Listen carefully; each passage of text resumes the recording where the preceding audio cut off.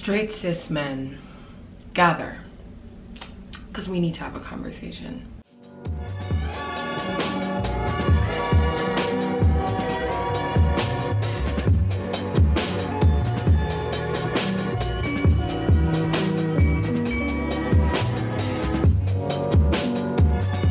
What's up guys, it's Sophie, not the Aquaphor in the back. This video was not fucking planned. This wasn't even supposed to go up today. This could not be more impromptu.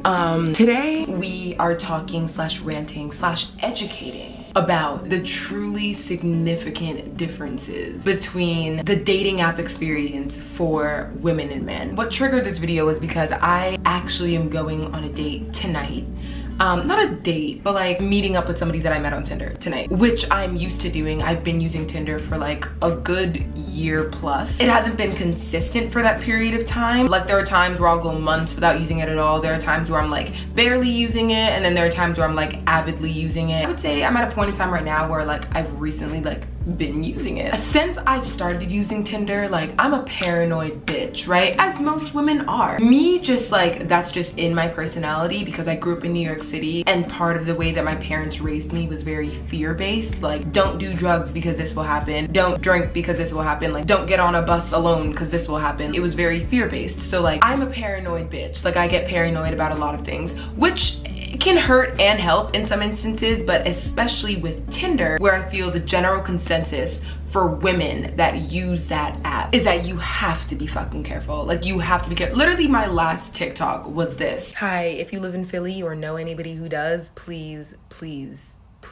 share this. This just scared the shit out of me because I literally saw this man on Tinder last night and swiped left because I am not a little white girl who's gonna listen. But this is fucking terrifying. Please pause and like read this conversation. If you are in the Temple area, if you're in the Philadelphia area or know anybody who's in the Philly area, please share this and beware of Marlon, 23, Temple University. Which, if you're not already, you should follow me on TikTok. But ew, I can't believe that that just came out of my mouth. The general consensus is that for women, you have to be fucking careful. Like, you really never know. Everybody should be careful, but I just feel like there's a vulnerability for women. There's an extra vulnerability for Black women or trans women or disabled women. These intersectionalities of people where it's like some are more vulnerable than others. Over my time on Tinder, in the past like year, I've become increasingly more aware that many men, many cis het men specifically, don't realize that because they don't have those same precautions, or at least not to that same extent. I noticed that from like the way that some people will ask to meet up. I just feel like cis het men need Tinder training. They need dating app training. Like, I don't think that a lot of them realize how many uncomfortable situations they put women in unknowingly because they don't have those same precautions, so they just assume nobody else has those precautions either. So what triggered this video, what triggered this rant was the person I'm supposed to meet up with tonight. I was just like, so what do you want to do today? Like it's nice as shit outside. Like, I'm free after 5, I'm working, but like I'm free later today. What do you want to do? And he says verbatim. Now, mind you, I plan on doing this at some point today, but I have not FaceTimed this person. He does not have my Instagram yet. We don't follow each other on Instagram. I only have his name and I have his number and his picture. And without having FaceTimed or called this person at all, verbatim, we could just chill in bed. I'm down with anything you wanna do, LOL. I'm not good at planning shit.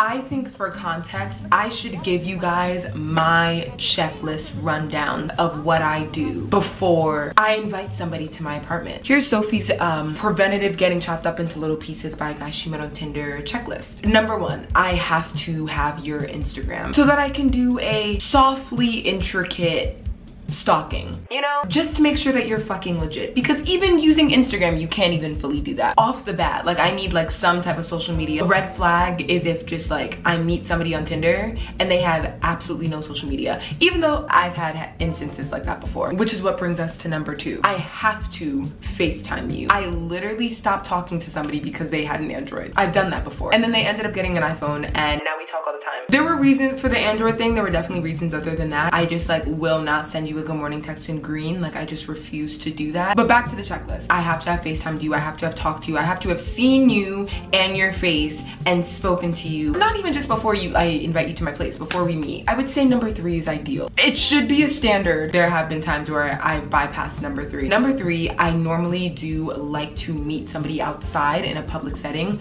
first before inviting them to my place. There have been 1 or 2 instances where I do link up with a person like at my place first, but in my defense, I do live in a building with security and with a big ass lobby, and you have to be checked in to even come up. So like I have to see you in person first anyways, but still, that's not an excuse. You still shouldn't do that. But number 3 is ideal. Mom, I'm sorry if you're watching, but I swear I am safe. It's ideal. That's what we hope for. That's what the goal is. If we do get to number 3 and I link with you outside at number 4, I have to think that you are cool and not a creep and not weird. Because you know what? I will attest to the fact that meeting somebody in person, even after you did FaceTime them, can be a different story. Not that FaceTime can lie, but like FaceTime I don't think is the whole picture. Like meeting up with somebody and being in their presence and seeing them in person and chilling with them in person is different than being on a phone call, in my experience. There have been times where the FaceTime was cool, but then the link up was not. So having that checklist in mind, let's bring it back to this text. I have not been on the phone with this person. I have not seen pictures of this person other than what is on his Tinder profile. I don't know any of his social media, and the first thing this nigga wants to do is chillin'.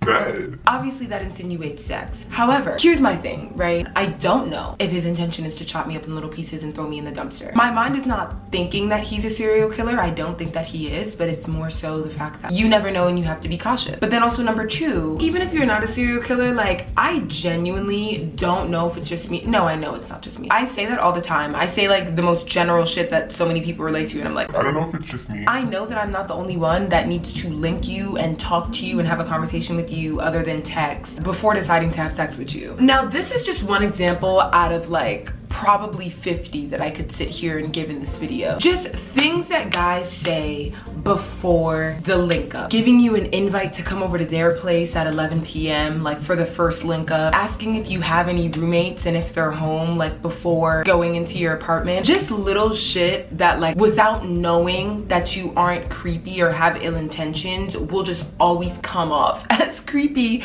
and that you have ill intentions. And I think those are precautions and those are thought processes that in a man's head are completely normal and just casual conversation. Like asking if you have roommates and if they're home is just like, that's just casual conversation. But then it's like, to me, why do you want to know if my roommates are home? My head just always goes to the worst thing just because of all of the horror stories that I've read. And even if it is like a 1.5% chance that anything would happen to me in that given moment, I just feel like most women are thinking, I cannot take that 1.5% chance. Like I just cannot take that chance. And I've definitely affirmed that this is a gender-based thing that I can attribute this to, because I also have women on dating apps too. And never have I had a fucking instance ever where also, okay, granted, I do overall feel more comfortable when talking to / meeting up with women just in general, but they're still strangers, right? But I've never had any questions asked or things said that like were alarming or like evoked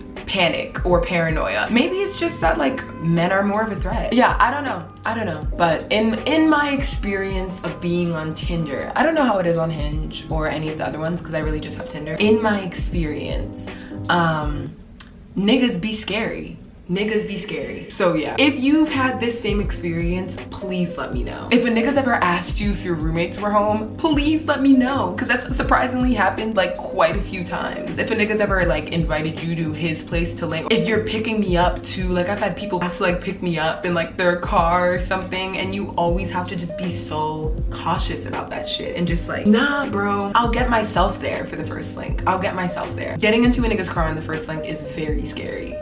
Don't do that. Especially in North Philly, bro. Come on. Come on. As much as I was making light out of this entire rant and situation, please do be safe on dating apps because they really are no joke. People, there are creeps on there, there are pedophiles on there, there are murderers on there. Not even trying to like scare ya, but like that is the reality of it. Just like how there are these people on Instagram and Twitter and TikTok and like all these places, there are people like this on Tinder, and you really just never want to take that chance. However you identify, you never want to take that chance. But this video is specifically just like, it's funny how those thought processes from groups that may be more vulnerable, I feel like cis het men don't consider those, or like don't take those into account because they don't really have those same paranoias and those same precautions. I guess they kind of just assume that the women that they're dating don't either, but that's not true. So yeah, that's my rant, that's my video. I also should take this time to say that if you see me on Tinder and you know me, I beg of you to swipe left. Please swipe left. Please. Comment down below your most memorable experience on Tinder ever. Or comment down below if any of the things that have been said to me have ever been said to you. So yeah, that's it for this video. I love you all very much, and I will see you in my next video. Happy Pride.